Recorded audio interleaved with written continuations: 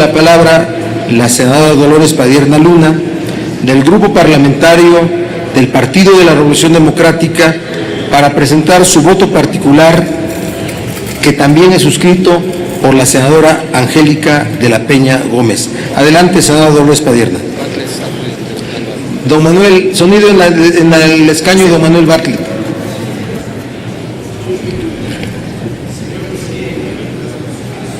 Sí, vas. Tiene que ser antes de los votos particulares. Se pueden desahogar en cualquier momento. En fin, aceptamos el procedimiento que no es el correcto. Gracias. Sí, don Manuel. Gracias. Senadoras, senadores, estamos en esta sesión para tomar una de las decisiones más trascendentes en la historia reciente. Con nuestro voto podemos premiar o sancionar la impunidad en la reiterada violación de los derechos humanos, la tortura y los abusos de autoridad, la ineficiencia en el ejercicio de la procuración de justicia. Premiar o sancionar a uno de los inventores de la guerra contra el narcotráfico, que la propia actual administración ha calificado como estrategia fallida, pero que además dejó hecho un baño de sangre a nuestro país. Organizó los operativos militarizados, los cateos sin orden judicial, los retenes, la gravísima desaparición forzada de personas, las macabras cifras de muertos, decapitados, incinerados, que creció exponencialmente durante su gestión. Fabricó culpables con testigos protegidos, convirtió vastas zonas del país en verdaderas zonas de guerra, destruyó la institucionalidad del CISEN, de la Secretaría de Seguridad Pública, de la Procuraduría, adelgazó la soberanía nacional y cometió reiteradas faltas a la ley y a la Constitución, permitiendo la entrada ilegal de armas a nuestro país. Todo lo que digo está plenamente documentado en los documentos que están a la vista, todos documentos oficiales de la Suprema Corte de Justicia de la Nación, de la Comisión Nacional de los Derechos Humanos, del Departamento de Justicia de Estados Unidos y otros más. Contrario a lo que pudieran ustedes suponer, he pedido la palabra para compartir con ustedes datos, resoluciones, sentencias, memorándums y documentos oficiales y públicos en los que hemos basado nuestro voto particular en contra de que se nombre a Medina Mora como ministro de la Suprema Corte de Justicia de la Nación, por muchos argumentos. Déjenme decir algunos. El artículo 95 constitucional en su fracción cuarta exige, subrayo, exige el requisito ineludible para ser nombrado ministro de la Suprema Corte, el tener buena reputación y no haber lastimado la buena fama del servicio público. La buena reputación no es un concepto subjetivo o arbitrario. La Suprema Corte de Justicia ha interpretado la buena reputación como un bien objetivo que permite que alguien sea merecedor de estimación y confianza social, requisito que no reúne el señor Medina Mora. Más de 50,000 personas en 8 días, que están sus titulares aquí presentes, suscribieron una petición al Senado para evitar que Medina Mora sea nombrado ministro. La academia ha sido crítica respecto al perfil, su falta de profesionalismo e imparcialidad. Plumas prestigiadas de nuestro país, diversos medios de comunicación han descrito razones de peso para que Medina Mora no forme parte del máximo tribunal, justamente por carecer de este requisito constitucional de gozar de buena reputación. Otros requisitos constitucionales están descritos en el último párrafo del 95 constitucional y en los cuales no debe haber ninguna duda de su cumplimiento, que es su honorabilidad, haber servido con eficacia, con capacidad, competencia y profesionalismo. Es decir, que para poder ocupar el cargo de tal envergadura, los candidatos deben contar con una trayectoria intachable. No es el caso del señor Medina Mora, que ha sido sentenciado y resultado responsable de múltiples violaciones a los derechos humanos, comisión de faltas graves a la ley y a la Constitución. Algo fundamental, confesado por él mismo, es que no es buen abogado. Según el cable de Wikileaks 09 México 2759, de la Embajada de Estados Unidos en México, Eduardo Medina Mora habló con el embajador Carlos Pascual sobre su sucesor Arturo Chávez Chávez, y esto fue lo que dijo, y abro comillas: él es un buen abogado, yo no. Soy un servidor público que salió de la inteligencia. Él traerá la capacidad jurídica que yo no tenía, cierro comillas. Medina Mora se describe a sí mismo como mal abogado y falto de capacidad jurídica ante el entonces embajador de Estados Unidos en México. Tan solo por eso no debiera ser nombrado ministro. De la revisión de la trayectoria del señor Eduardo Medina Mora en el servicio público se desprenden muchos casos que han puesto en cuestionamiento su honorabilidad, su competencia, su capacidad y su profesionalismo, y es un candidato que no reúne los requisitos de idoneidad para ocupar el honroso cargo de ministro en la Suprema Corte de Justicia de nuestro país. La Comisión Nacional de los Derechos Humanos ubica la gestión de Medina Mora al frente de la PGR como la que más recomendaciones recibió por parte del organismo.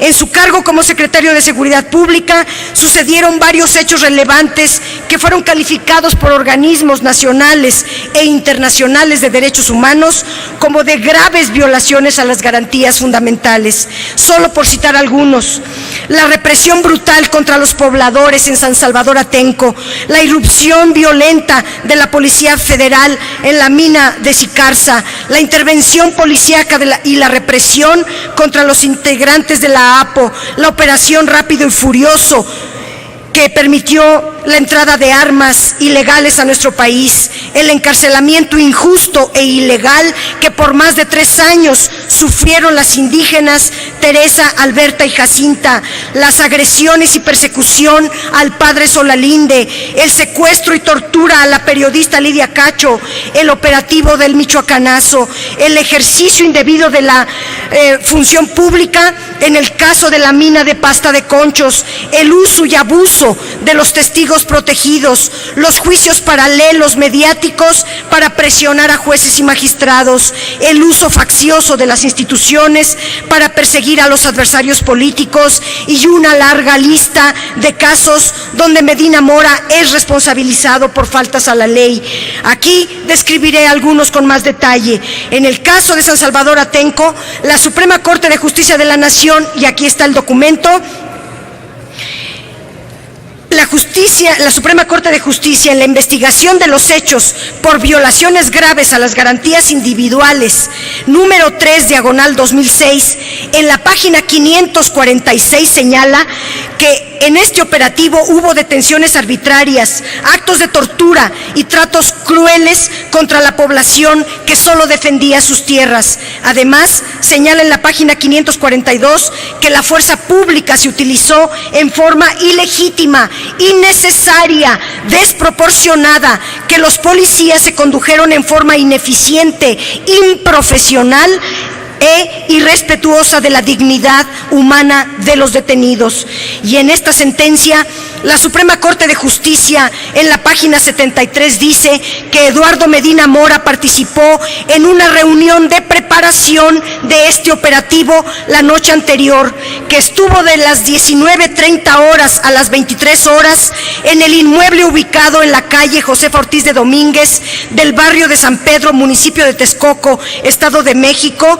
Es decir, que fue Eduardo Medina Mora el que preparó, organizó y dirigió este operativo que violó flagrantemente los derechos humanos, donde murieron 2 jóvenes y quedaron presas decenas de personas. En las páginas 545 y 546 de esta sentencia, la Suprema Corte señala que la responsabilidad de los hechos recae, sí, a los imputables por acción directa a quienes las realizaron y por omisión a los comandantes y sus superiores, y determina que el entonces secretario de Seguridad Pública, hoy candidato a la Corte, intervino en estos hechos. Así lo sentencia en las páginas 546 y 547. Más claramente, en la página 548, la Corte declara la ilicitud cometida por los mandos superiores. A lo largo del dictamen se señala la responsabilidad del secretario de Seguridad Pública como titular. De igual forma, la Comisión Nacional de Derechos Humanos, en la recomendación que aquí tengo, la 38/2006, señala que cometieron diversos abusos de autoridad, detenciones arbitrarias, tratos crueles, degradantes e inhumanos, allanamientos de morada, retenciones ilegales, violación a la libertad sexual y actos de tortura. Léanse muchas páginas, incluso nada más las conclusiones que vienen en la página 1657 y 1658, ahí se dice todo lo que he dicho. La Comisión Nacional de Derechos Humanos va directo, extiende la recomendación al secretario de Seguridad Pública, Eduardo Medina Mora, y ordena que se inicien y resuelvan los procedimientos de responsabilidad administrativa y que se inicie la averiguación previa por ilícitos penales. En la página 58 especifica que no solo se sancione a los policías, ya que las prácticas abusivas contra la población fueron cometidas bajo la anuencia y tolerancia de sus superiores, en los que incluye al propio titular de la Dependencia Federal de Seguridad Pública. El hoy candidato a ministro rechazó la recomendación y dijo que metía las manos al fuego por los elementos de la PFP, por lo que la Comisión de Derechos Humanos aduce que la actitud asumida por las autoridades es contraria a la verdad histórica de los hechos, es decir, que mintió.